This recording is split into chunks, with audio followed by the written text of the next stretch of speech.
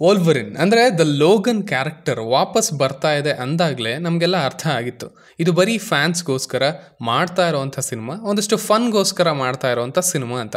Because Logan cinema total Wolverine ಸಿನಿಮಾಗಳಲ್ಲೇ one of the best. And ಅಂಥ tribute ಅಥವಾ farewell ಆ ಕ್ಯಾರೆಕ್ಟರ್ಗೆ ಆ್ಯಕ್ಟರ್ಗೆ ಸಿಗೋದು ಕಷ್ಟ. It was really great. So ಅಂಥ ಎಂಡನ್ನು ಮತ್ತೆ ಅಲ್ಲಾಡಿಸಿ ತರ್ತಿದ್ದಾರೆ ಅಂದರೆ ಅದು ಒಂದಷ್ಟು ಎಂಟರ್ಟೈನ್ಮೆಂಟ್ಗೇನೆ ಅಂತ ಅರ್ಥ ಆಗಿತ್ತು. ಅಲ್ಲಿ ಸೀರಿಯಸ್ ಆಗಿ ಒಂದು ಪರ್ಪಸ್ ಅಂತ ಏನನ್ನೋ ತಡಿಬೇಕು ಅಂತ ಎಲ್ಲ ಇರೋದಿಲ್ಲ ಅಂತ. ಸೊ ಈ ಸಿನಿಮಾನೂ ಹಾಗೇ ಇದೆ. ಎರಡು ಡಿಫ್ರೆಂಟ್ ಕ್ಯಾರೆಕ್ಟರ್ಸ್ ಒಟ್ಟಿಗೆ ಬಂದು ಒಂದಷ್ಟು ಮಜಾ ಕೊಟ್ಟು ಹೋಗೋದು. ಆ್ಯಂಡ್ ಅದೇ ಆಗಿದೆ ಸಿನಿಮಾದಲ್ಲಿ. ಡೆಡ್ಪೂಲ್ ಆ್ಯಂಡ್ ವೋಲ್ವರಿನ್ ಇದರಲ್ಲಿ ಸ್ಪೆಷಲ್ ಇವೆಂಟ್ ಅಂದರೆ ಎಕ್ಸ್ಮೆನ್ ಈಗ ಅಫಿಷಿಯಲಿ ಮಾರ್ವೆಲ್ ಸಿನಿಮ್ಯಾಟಿಕ್ ಯೂನಿವರ್ಸ್ಗೆ ಸೇರ್ತಾ ಇದೆ. ಅದರ ಸ್ಟಾರ್ಟಿಂಗ್ ಪಾಯಿಂಟೇನೆ ಇದು ಅಂತ ಹೇಳ್ಬೋದು.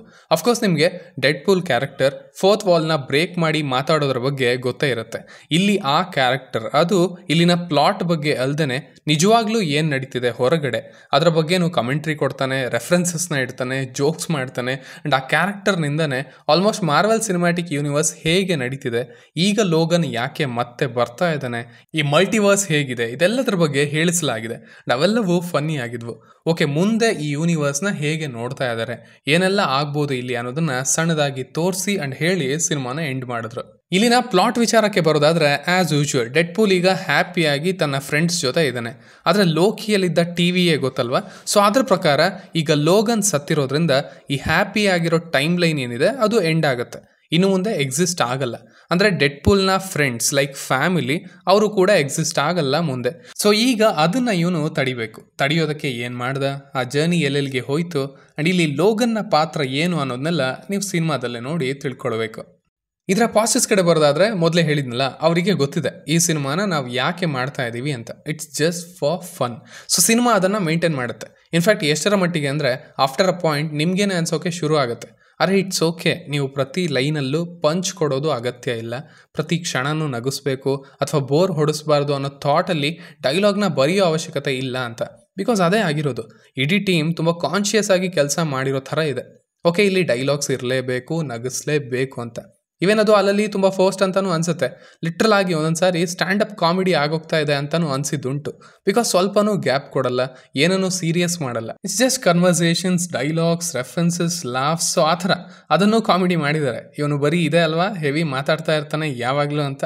ಸೊ ಅದು ಪರ್ಸ್ನಲ್ ಆಗಿ 70-30 ರೇಷಿಯೋದಲ್ಲಿ ವರ್ಕ್ ಆಯಿತು ಅಂತ ಹೇಳ್ಬೋದು. ಐ ಎಂಜಾಯ್ಡ್, ನಕ್ಕಿದ್ದೀನಿ ಚೆನ್ನಾಗಿ. ಬಟ್ ಆಲ್ಸೋ ಅಲ್ಲಲ್ಲಿ ಅದೇ ಓಕೆ ಸಾಕು ಬಿಡಿ, ಸ್ವಲ್ಪ ಸೀರಿಯಸ್ ಆಗೋಣ, ಎಷ್ಟೊಂದು ಪ್ಲಾಟ್ ಪಾಯಿಂಟ್ಸ್ ಇದೆ ಅದನ್ನು ನೋಡೋಣ ಅಂತ ಅನಿಸಿದ್ದುಂಟು. ಇನ್ನು ಇಲ್ಲಿನ ಕ್ಯಾರೆಕ್ಟರ್ಸ್ಗೆ ಕೊಟ್ಟಿರುವಂಥ ಸ್ಪೇಸ್ ಹಾಗೆ ಫ್ಯಾನ್ಸ್ ಸರ್ವಿಸ್ ಇದನ್ನಂತೂ ಸಗದಾಗಿ ಮಾಡಿದ್ದಾರೆ. ಡೆಡ್ಪೂಲ್ಗೆ ಒಂದಷ್ಟು ಡೆಪ್ತ್ ಕೊಡೋದಕ್ಕೆ ನೋಡಿದ್ದಾರೆ, ಅದು ತಲುಪತ್ತೆ. ಈ ಕಡೆ ಹಳೆ ವೋಲ್ವರಿನ್ಗೆ ರೆಸ್ಪೆಕ್ಟನ್ನು ಕೊಡ್ತಾ ಈಗಿನ ಕ್ಯಾರೆಕ್ಟರ್ಗೂ ಕೂಡ ಒಂದು ಆರ್ಕನ್ನು ಇಟ್ಟು ಅದನ್ನು ಚೆನ್ನಾಗಿ ತಂದಿದ್ದಾರೆ. ಇಲ್ಲಿ ಅಫ್ಕೋರ್ಸ್ ಕೇಮಿಯೋಸ್ ಇವೆ. ಆ್ಯಂಡ್ ಸರ್ಪ್ರೈಸಿಂಗ್ಲಿ ಯಾವ ಕ್ಯಾರೆಕ್ಟರ್ಗೆ ಒಂದು ಟ್ರಿಬ್ಯೂಟ್ ಅಂತ ಕೊಡಬೇಕಿತ್ತೋ ಅವುಗಳನ್ನೇ ಚೂಸ್ ಮಾಡಿದ್ದಾರೆ. ಆ್ಯಂಡ್ ಅಗೇನ್ ಕೊನೆಯಲ್ಲಿ ಟೋಟಲ್ ಎಕ್ಸ್ಮೆನ್ಗೆ, ಆ ಫಾಕ್ಸ್ ಸ್ಟುಡಿಯೋಸ್ಗೆ ಒಂದು ರೆಸ್ಪೆಕ್ಟನ್ನು ಕೊಟ್ಟಿದ್ದಾರೆ. So it's not just a movie. ಇದು ಹೇಗೆ ಮಾಡಿದ್ದಾರೆ ಅಂದರೆ ಇದೊಂಥರ ಓಪನಿಂಗ್ ಸೀಕ್ವೆನ್ಸ್ ಥರ ಹಿಂದೆ ಆಗಿರೋದನ್ನು ಬಿಡೋದಕ್ಕೆ ಆ್ಯಂಡ್ ಮುಂದೆ ಆಗೋದನ್ನು ಶುರು ಮಾಡೋದಕ್ಕೆ. ಸೊ ಐಡಿಯಾಗಳು ನಂಗೆ ಇಷ್ಟ ಆದವು. ಬಿಕಾಸ್ ಈ ಥರ ನೀವು ಡೆಡ್ಪೂಲ್ ಮೂವಿಯಲ್ಲಷ್ಟೇ ಮಾಡೋದಕ್ಕೆ ಸಾಧ್ಯ, ಇನ್ನು ಯಾವುದ್ರಲ್ಲೂ ಆಗೋದಕ್ಕೆ ಆಗಲ್ಲ. ಇನ್ನು ಆ್ಯಕ್ಷನ್ ಸೀಕ್ವೆನ್ಸಸ್ ವರ್ಕ್ ಗುಡ್. ಆ ಐಕಾನಿಕ್ ಸೂಟ್, ಆ ಮಾಸ್ಕ್, ಆ್ಯಂಡ್ ಇಬ್ಬರು ಸೇರಿಕೊಂಡು ರ್ಯಾಂಪೇಜ್ ಮೋಡ್ಗೆ ಹೋಗ್ತಾರೆ. ಲಾಂಗ್ ಕಂಟಿನ್ಯೂಸ್ ಶಾರ್ಟ್, ಅದು ಸಗದಾಗಿತ್ತು ಅದು. ಆ್ಯಂಡ್ ಮೊದಲಿಗೆ ಆ್ಯಕ್ಷನ್ ಸೀನ್ ಒಂದಿದೆ, ಅದಂತೂ ಬ್ಯೂಟಿಫುಲ್ ಆಗಿತ್ತು, ವೆರಿ ಸ್ಟೈಲಿಶ್. ಅರ್ಧ ಟಿಕೆಟ್ ದುಡ್ಡು ಅಲ್ಲೇ ಬಂತು ಅಂತ ಅನ್ನಿಸ್ತು ನನಗೆ ವಾಪಸ್. ಇನ್ನು ಅಫ್ಕೋರ್ಸ್ ದ ಎಂಡಿಂಗ್, ಡೆಡ್ಪೂಲ್ ಆ್ಯಂಡ್ ವೋಲ್ವರಿನ್ ಅನ್ನೋದಕ್ಕೆ ಸಣ್ಣದಾಗಿ ಒಂದು ಮೂಮೆಂಟ್ನ ಕ್ರಿಯೇಟ್ ಮಾಡಿದ್ದಾರೆ, ಅದು ಕೂಡ ಸಾಕಾಗಿತ್ತು. ಅಲ್ಲಿ ಸೂಪರ್ ಫ್ಯಾನ್ ಸರ್ವಿಸ್ ಇತ್ತು, ಕ್ಯಾರೆಕ್ಟರ್ಸ್ಗೆ ಒಂದು ಡೆಪ್ತ್ ಅಂತಲೂ ಸಿಕ್ತು, ಆ್ಯಂಡ್ ಯೂನಿವರ್ಸ್ಗೂ ಹೆಲ್ಪ್ ಆಯಿತು ಅದು. ಇನ್ನು ಏನು ಇಲ್ಲಿ ಸ್ವಲ್ಪ ತೊಂದರೆ ಕೊಟ್ಟಿದ್ದು ಅಂದರೆ ಆಲ್ರೆಡಿ ಮೈಂಡ್ ಪ್ರಿಪೇರ್ ಆಗಿದೆ ಸಿನಿಮಾ ಹೇಗಿರುತ್ತೆ ಅಥವಾ ಇಲ್ಲಿ ಏನರ ಬಗ್ಗೆ ಹೆಚ್ಚು ಫೋಕಸ್ ಇರುತ್ತೆ ಅಂತ. ಬಟ್ ಸ್ಟಿಲ್ ಇಲ್ಲಿ ಇರೋವಂಥದ್ದು ತುಂಬ ಥಿನ್ ಪ್ಲಾಟ್, ಅತಿ ಹೆಚ್ಚು ಪಾಸಿಬಿಲಿಟಿ ಇರೋವಂಥ ಸಂದರ್ಭ. ಬಟ್ ಅದು ಯಾವುದರ ಕಡೆನೂ ಹೆಚ್ಚು ಗಮನ ಕೊಟ್ಟಿಲ್ಲ.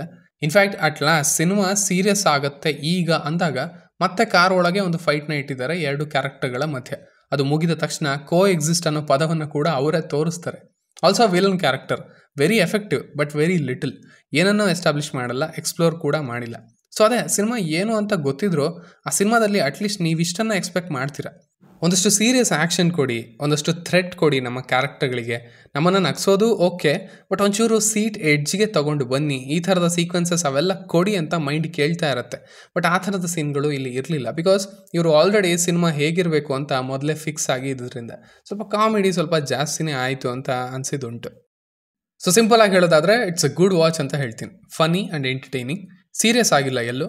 ಬಟ್ ಈ ಕ್ಯಾರೆಕ್ಟರ್ಗಳ ಫ್ಯಾನ್ಸ್ ನೀವಾಗಿದ್ದರೆ ನಿಮಗೆ ಒಂದಷ್ಟು ಒಳ್ಳೆ ಮೂಮೆಂಟ್ಸ್ ಇವೆ ಎಂಜಾಯ್ ಮಾಡೋದಕ್ಕೆ. ಇದು ಮಾರ್ವೆಲ್ನ ಕಂಬ್ಯಾಕ್ ಅಂತ ಕೇಳಿದ್ರೆ ಕಂಬ್ಯಾಕ್ ಅನ್ನೋದಕ್ಕಿಂತ ಅವರು ಈಗ ಟ್ರ್ಯಾಕ್ನ ಬಿಲ್ಡ್ ಮಾಡ್ತಾ ಇದ್ದಾರೆ ಅಂತ ಹೇಳ್ಬೋದು. ಏನೇನು ವರ್ಕ್ ಆಗ್ತಿಲ್ಲ ಅನ್ನೋದು ಗೊತ್ತಾಗಿದೆ, ಅದನ್ನು ಸಿನಿಮಾದಲ್ಲೂ ಮೆನ್ಷನ್ ಮಾಡ್ತಾರೆ ಕೂಡ, ಅದು ಸಖತ್ತಾಗಿತ್ತು. ಸೊ ಒಂದು ಹೊಸ ಶುರು ಅಂತ ಹೇಳ್ಬೋದು, ಒಂದು ಹೊಸ ಕೊಲಾಬರೇಷನ್ ಜೊತೆಯಲ್ಲಿ. So all the best for them. ಇನ್ನು ನೀವು ಈ ಸಿನಿಮಾಗಿಂತ ಮುಂಚೆ ಡೆಡ್ಪೂಲ್ 1 and 2, ಲೋಗನ್ ಹಾಗೆ ಲೋಕಿ ಸೀಸನ್ 1 and 2 ನೋಡಿದ್ರೆ ಅಥವಾ ಅವುಗಳ ಬಗ್ಗೆ ತಿಳ್ಕೊಂಡು ಹೋದರೆ ಚೆನ್ನಾಗಿರುತ್ತೆ. ಅಂಡ್ ಆಲ್ಸೋ ಈ ಸ್ಟುಡಿಯೋಸ್ ಅಥವಾ ಕ್ಯಾರೆಕ್ಟರ್ಸ್ ಬಗ್ಗೆ ಸ್ವಲ್ಪ ತಿಳ್ಕೊಂಡಿದ್ರೆ ಇಲ್ಲಿನ ಜೋಕ್ಗಳು ಮಜಾ ಕೊಡ್ತವೆ. ಅಂಡ್ ಅವುಗಳ ಮೇಲೇ ಹೆಚ್ಚು ಜೋಕ್ಸ್ ಇರೋದು ಕೂಡ. ಸೊ ಇಷ್ಟು ನನ್ನ ರಿವ್ಯೂ ಆಗಿತ್ತು ಈ ಸಿನಿಮಾದ ಬಗ್ಗೆ. ಇನ್ನು ನೀವು ಆಲ್ರೆಡಿ ಇದನ್ನು ನೋಡಿದರೆ ನಿಮಗೆ ಇದು ಹೇಗೆ ಅನಿಸ್ತು ಅನ್ನೋದನ್ನು ಖಂಡಿತ ಕೆಳಗಡೆ ತಿಳಿಸಿ. ಆ್ಯಸ್ ಯೂಶುವಲ್ ಮತ್ತೆ ಸಿಗೋಣ.